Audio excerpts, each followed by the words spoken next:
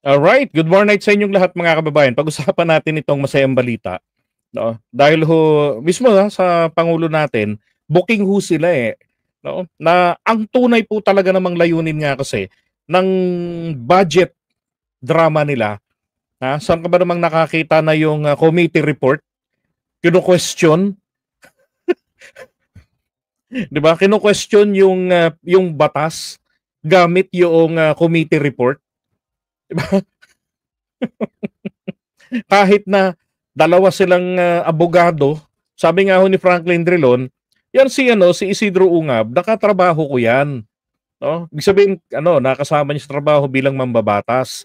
Nakakaintindi yan, sabi niya.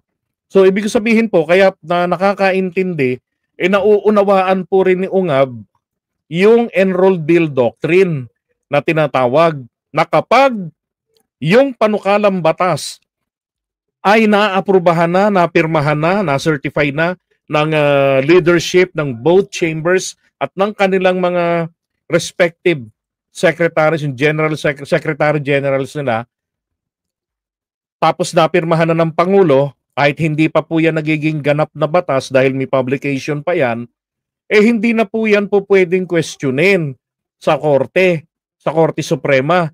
Bakit? There's a presumption na ng Korte na hindi namin kayo pwedeng panghimasukan kasi may remedyo na kayong pwedeng gawin dyan, internal.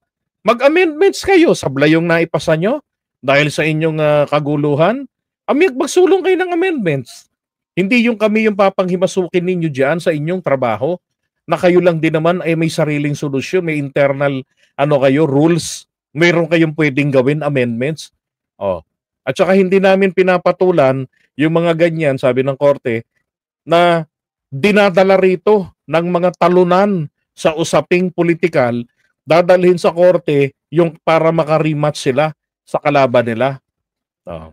'Di ba? So yung enrolled bill doctrine na yan, kaya sinasabi nga kanina sa content natin ng umaga na yan ang magpapabasura. Kasi consistent ang Korte Suprema dyan. Pag ang panukalang batas na kino-question ninyo, naging batas na yan, aprobado na, wala na, kayo na mag-amienda niyan. Ipa-repeal ninyo, kayo lang rin makaka-remedyo niyan eh. Convince the president, di ba? Ngayon, sinasabi rin ho ng iba, gusto lamang daw po na ma-restore ang budget ni VP Sara, yung 1.8 billion mula sa 2024 GAA. Ako naman sabi ko, hindi po ganun ang nakikita ko kasi ang reenacted budget, it will become available for the time being as na hindi nakakapagpasa ang Kongreso ng bagong budget para sa taong ito. So maaaring sa loob ng 1-2 buwan, reenacted budget tayo. Hindi rin makukuha yan ni Sara yung 1.8 billion ng paisahan. Bawal ang lump sum. Di ba? So, nangyayari dyan, 1-2 buwan lang na sweldo, yun lang ang makukuha nila. Kung may proyekto sila, mapupondohan nun. Ganun lang. Pag nagkaroon na ng bagong budget, wala na yung reenacted budget na yan. Isa pa, hindi rin po yan para ma-restore ang confidential funds niya sapagkat under the 2024 GAA, wala pong confidential funds na si Sara Duterte. So mali lang po yung siguro masyadong nag-alala yung iba, nag-overthink. Pero ang nakikita po ng inyong abang lingkod dyan na siya ring nakita ng palasyo, de-stabilization. Yung ay sinasabi ko palagi, purpose po talaga nito is de-stabilization. Mapabagsak po ang ating gobyerno, mapabagsak yung ating Pangulo sa pamamagitan, di ba, ng paninira sa kanya na pinalilitaw na siya yung may kasalanan.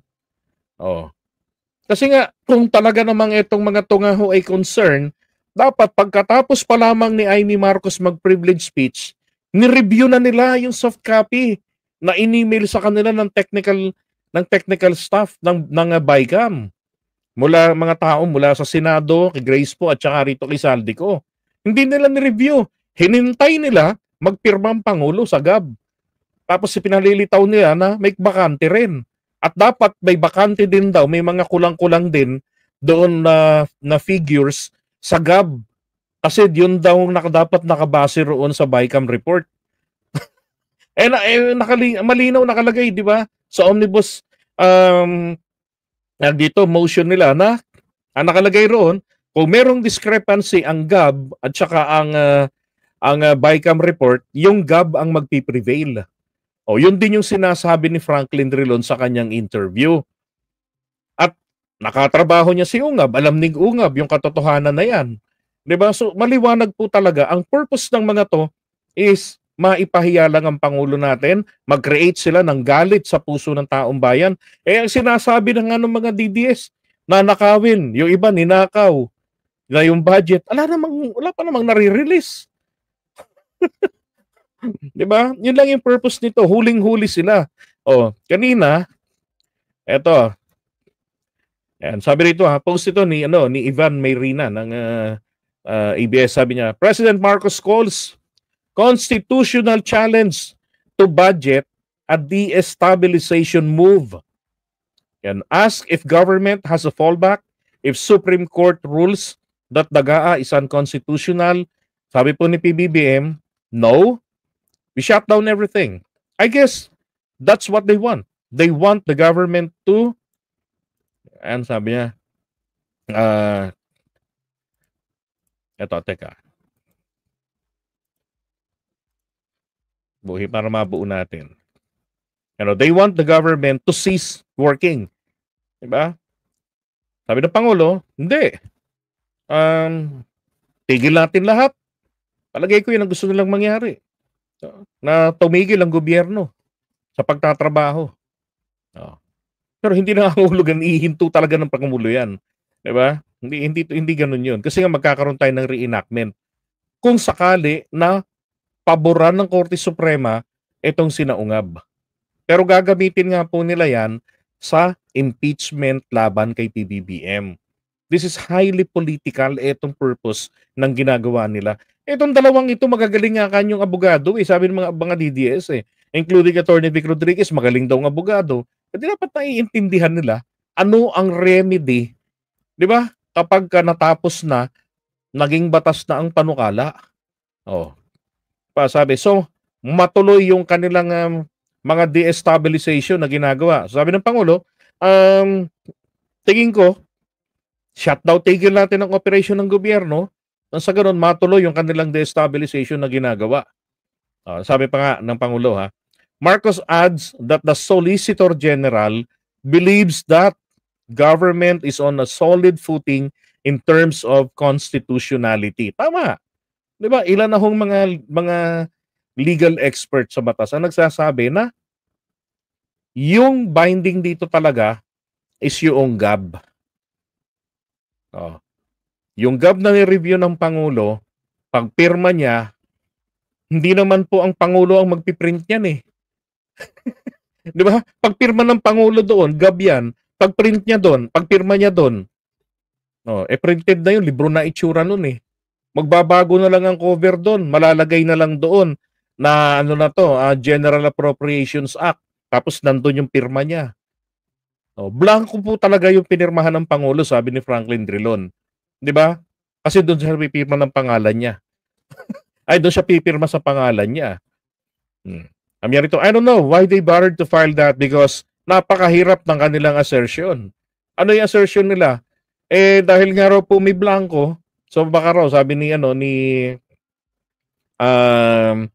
dating House Speaker Alvarez, na baka daw inutusan ng mga kongresista o sila na mismo mag-fill in the blanks ng mga presyo doon sa mga bakanting boxes. Ang maliwanag po naman dito, totoo na may napapirmahan doon sa na-ratify na BICAM report, kaya lang yung ilang bahagi nito na finalize sa BICAM, yung draft paper hindi natanggal at napalitan ng tamang format na pang committee report na talaga.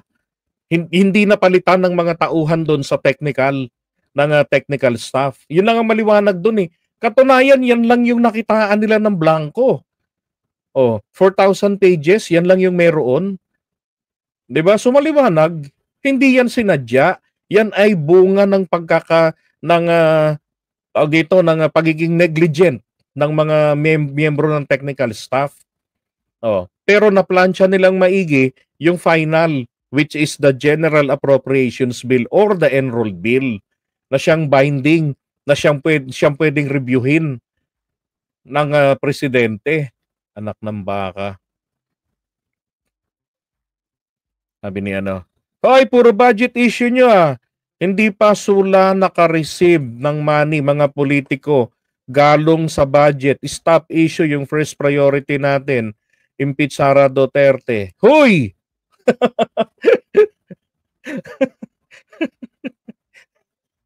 Wala akong pakialam kung ano yung first priority ninyo. This is my channel and I am the master of my channel. Okay? Kailangan kong talakayin ito. Bakit? Kasi maraming naniniwala pa rin sa mga pinagsasasabi ng kampo ni Duterte diyan sa national budget natin, yung mga paninira. Oh. Yung sa kay Sara Duterte, andiyan na yan eh. O bukas may rally. Di ba? So, we cross the bridge when we get there. Ganun lang po yun. Okay? So rito, booking rito sila ungab. Na yun lang talaga po layunin. Ang hirap ng assertion na hindi po pwede ho kasing tumayo sa Korte Suprema para maging basihan ng declaration ng Korte na unconstitutional yung GAB at saka yung GAA. Dahil palagay nila, yung may blanco, nag-fill in the blanks, inutusan ng mga kongresista ng appropriations, mga tauhan ni Saldico, o yung mga kongresistang miyembro ng committee na yan, sila na yung nag-fill out doon ng mga blanco. At yun daw hindi otorisado kasi yung nilagay nila, hindi daw ito yung naipresenta sa BICAM. Isira palang tuktok, hindi pa pwedeng gamitin yung presumption sa korte. Kailangan solid ang pundasyon mo ng mga assertions mo sa kanila. Oh, pero ba't nila isinampayan? Kasi nga po, ang purpose lang yan, mapahiya. Mag-create lang sa isipan ng taong bayan ng pagdududa. At kapag hindi sila pinaboran ng Korte Suprema, imbis magpasalamat yan, papabas pa nila yan na bayaran kayo ni Marcos. Wala kayong hiya, wala kayong utang na loob. Kayo naging mga Supreme Court Justices, kung hindi dahil kay Tatay Digong, hindi kayo mapupwesto dyan. Hindi niya kayo inappoint. Kaya kayo nandyan dahil sa kanya. So dapat paboran nyo siya. Ganun. Ganun ang kanilang trip sa buhay. Diba?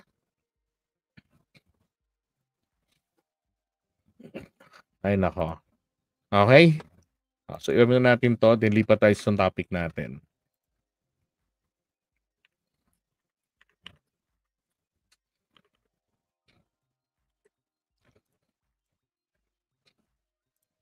Sabi, yung mga Duterte na yan, ang maliwanag na nanggugulo sa bansa, mag-aamang korap. Totoo.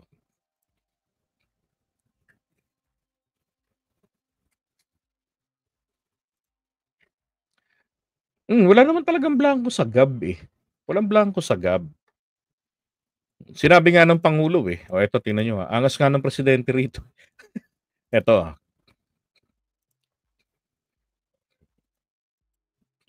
Agents of justice, who, whether by choice and necessity, have dared to be able to go through voluminous tomes, read through 100-page contracts without falling asleep.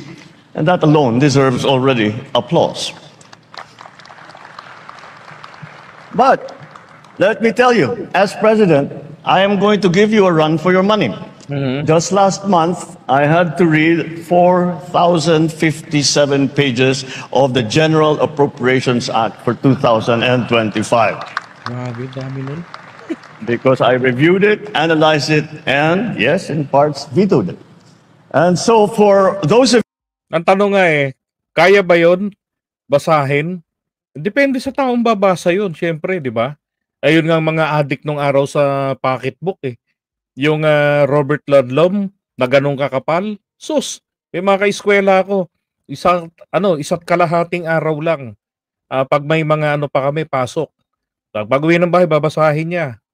Hanggang makatulog, kinabukasan uli, pag nagising. Pagpasok sa school, pag break time, binabasa. Mamalayan mo, wala na, alam na niya yung kwento. Diba, may mga fastest reader talaga, pero grabe 4,000 pages. Sana hamunin ng Pangulo sila. Di kung gusto ninyo, maghanap tayo sa GAB. Diba? Itong kopya ng GAB ko o GAB na kopya ninyo, dalhin nyo rito, yung pinirmahan ko, reviewin natin, hanapin natin yung blanco. Sa Department of Agriculture lang naman yun makikita eh. Ay, nako. View, and up to now, I cannot find those damned blank items. Hanggang ngayon ay nahanap ng Pangulo, hindi niya talaga makita eh. We'll keep looking, but I really am convinced that they simply do not exist because it is not allowed to exist. So for those of you who think the presidency is just handshakes, photo ops, I assure you that fine print is alive in my office as well. Yun, di ba? Isang assurance yan na parang figure of speech. Isang assurance ng Pangulo na hindi naman itong trabaho na madali lang, napakaway-kaway, pangiti-ngiti. Hindi ito trabahong pakyut ang pagiging presidente. At sinisiguro ko sa inyo, kaliit-liitang detalye, pinagtutuunan namin ng pansin. Yun ang ibig sabihin ng Pangulo rito. Okay, so assurance ito na ginagampanan niya ang kanyang trabaho. Kasi naman pinagkakalat ng mga praning, tamad ang Pangulo. Sira ulo talaga yung mga yun.